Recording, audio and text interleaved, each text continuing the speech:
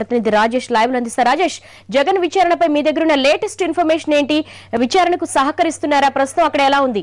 దేవి, జగన్ విచారణ రెండో రోజు కూడా సుదీర్ఘంగా కొనసాగుతుంది. ప్రధానంగా ఈ రోజు విచారణ అంతా కూడా ఆయన 2004 ముందు ఆయన కంపెనీ పెట్టుబడుల గురించి కూడా సిబిఐ విచారించి, ఆ తర్వాత 2004 తర్వాత కూడా ఆయన కంపెనీలు ఏ కంపెనీలు స్థాపించాడో, అక్కడ ఉన్న పెట్టుబడులు ఎంత ఉన్న దానిపైన కూడా సుదీర్ఘంగా ఇచ్చారు.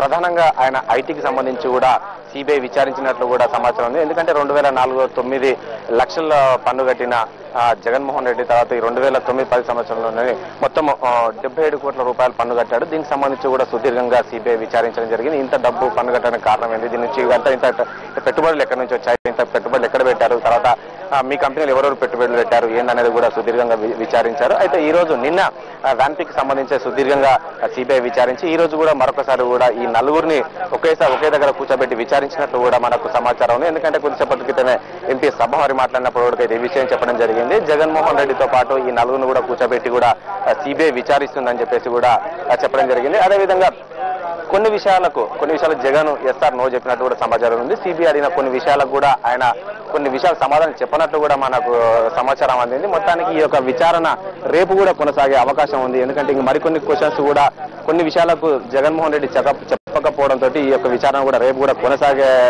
కూడా కొనసాగుతుందని చెప్పేసి కూడా మనకు సమాచారం ఉంది. అదేవిధంగా జగన్ అరెస్ట్ అవుతాడన్న సమాచారంతో కూడా పెద్ద ఎత్తున అంటే కొంతమంది జగన్ కార్యకర్తలు కూడా ఈ యొక్క పరిసర ప్రాంతాలకు కూడా రావడం జరిగింది. వెంటనే వాళ్ళని పోలీసులు కూడా అరెస్ట్ చేసి పంపించారు. అయితే నాంపల్లి కోర్టు దగ్గర కూడా పోలీసులు కొద్దిగా అడావుడి చేయడంతో దీంతో జగన్ అరెస్ట్ అవుతాడా ఏందనే కోణంలో కూడా కొంతమంది కార్యకర్తలు కూడా ఈ యొక్క పరిసర ప్రాంతాలకు రావడం జరిగింది. వెంటనే వీళ్ళందరూ కూడా అరెస్ట్ చేయడం జరిగింది. ప్రధానంగా ఈ యొక్క పెట్టుబడులకు సంబంధించి ఐటీకి సంబంధించి ప్రస్తుతం జగన్ విచారించారు. అయితే జగన్ కాన్వాయ్ కూడా ఉదయం వచ్చినప్పుడు జగన్ లోపలికి వెళ్ళిన తర్వాత యొక్క కాన్వాయ్ అంతా కూడా తిరిగి వెళ్ళిపోవడం జరిగింది. ఇప్పటివరకు రాకపోవడంతో కొద్ది అనుమానాలు రేకెత్తున్నాయి. అయితే జస్ట్ కొద్దిసేపటి క్రితమే జగన్ కాన్వాయ్ తిరిగి మళ్ళీ దిల్కుష గెస్ట్ హౌస్ లోకి రావడం జరిగింది. అంటే జగన్ తిరిగి ఇంటికి వెళ్లే సమయం ఇంటికి వెళుతున్నారు కాబట్టి మళ్ళీ కాన్వాయ్ వచ్చినట్లు కూడా వీరందరూ అనుకోవడం జరుగుతుంది. ఈ నేపథ్యంలో జగన్ అరెస్ట్ ఉండకపోవచ్చు అనేది కూడా చెప్పుకోవచ్చు. దేవి, థ్యాంక్ యూ.